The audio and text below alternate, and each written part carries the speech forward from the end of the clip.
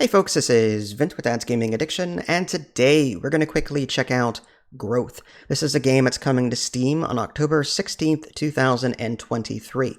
I'm recording this a couple of days prior, so what you're looking at for the most part should be reflective of the finished product. Now this game is kind of like Dwarf Romantic in the sense that it's got nature and it's chill and all that good stuff, but it's different in the way it plays.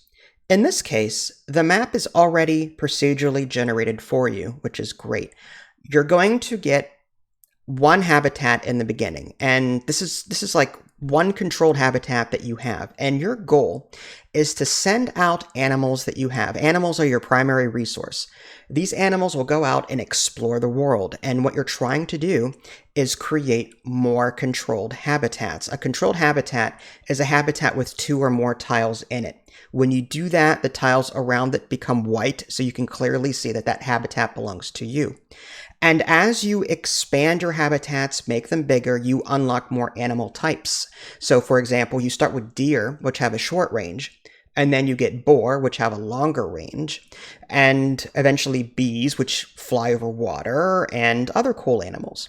And again, your goal is explore as much as you can before you run out of animals. And there are rewards for doing this. You unlock content as you play so that in the next map, you will see new things that you haven't seen before. So there is a permanent progression unlock system in place. Now, one of the things I had to sort of learn as I was playing this was, what kind of rewards do I get if I make my habitats this particular size? On the left-hand side, there's a little chart. How many tiles in my bees do I need to get the next bee? How many tiles in my forest habitats do I need to get the next deer or the next boar? If you hover over a habitat, it actually tells you that. Another thing I had to sort of wrap my head around was, you can't send your animals out from anywhere you want to. You have to have that habitat in that habitat group in order to send a bee. Let's say I want to send a bee out. I cannot send a bee out from a forest only habitat. I have to first connect a bee habitat to that forest habitat, and that long chain allowed me to bring a bee from the forest tiles over across the water onto that island. So there's chaining going on here. I need to bring certain habitats together so then I can send all of these animals out from the same habitat and really make use of their abilities. Again, it's kind of hard to explain without actually playing it first and seeing this in action.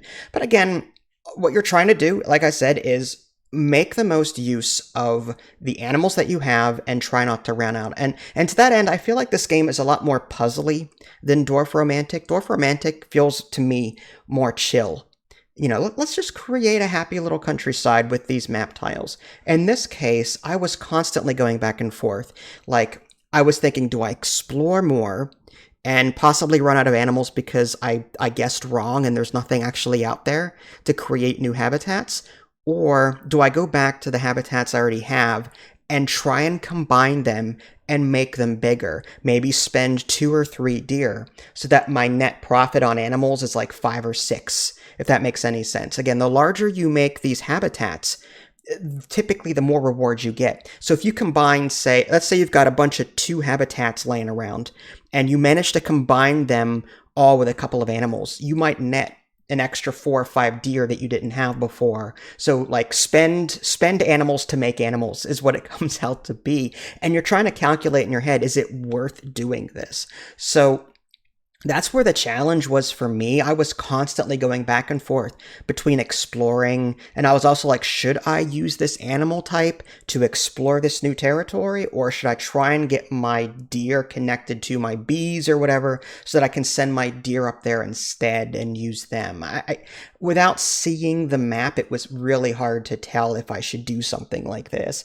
As you explore the map and you've explored enough of it, you unlock new hexes, new parts of the map. It's kind of like city skylines, when you get enough population, you can unlock a new section of the map. Well, it's kind of the same thing here, but there's a fog of war, so you really don't know what you're getting into as you're continuing to play this game. So do I recommend this game? Yes. I didn't think I'd like it, but the more I played it, the more my brain hurt, but in a good way, if that makes any sense. I was like, but I'm not, part of me was like, well, I'm not creating a countryside like in Dwarf Romantic, but I really like the puzzle of, okay, I've got 3 deer left. How do I make use of these 3 deer to get more deer or at least boar or something so I can keep going? So it's a different kind of puzzle than Dwarf Romantic, but it's still a lot of fun. My biggest complaint was I wish there was a casual mode or Zen mode or something so that I could play this game and not feel as stressed out as I was playing it, if that makes any sense. It's a good stress. Don't get me wrong. And I love the fact that there's permanent progression. As you play, you unlock new stuff for your next run. That's great. But I just wish there was a more casual mode. As it stands, there's only one mode. Just when you hit play, that's it. It generates a map for you and off you go. So I wish there was more content. But there you go. That was Growth. This is Vince. Thanks for watching. Catch y'all next time. Take care.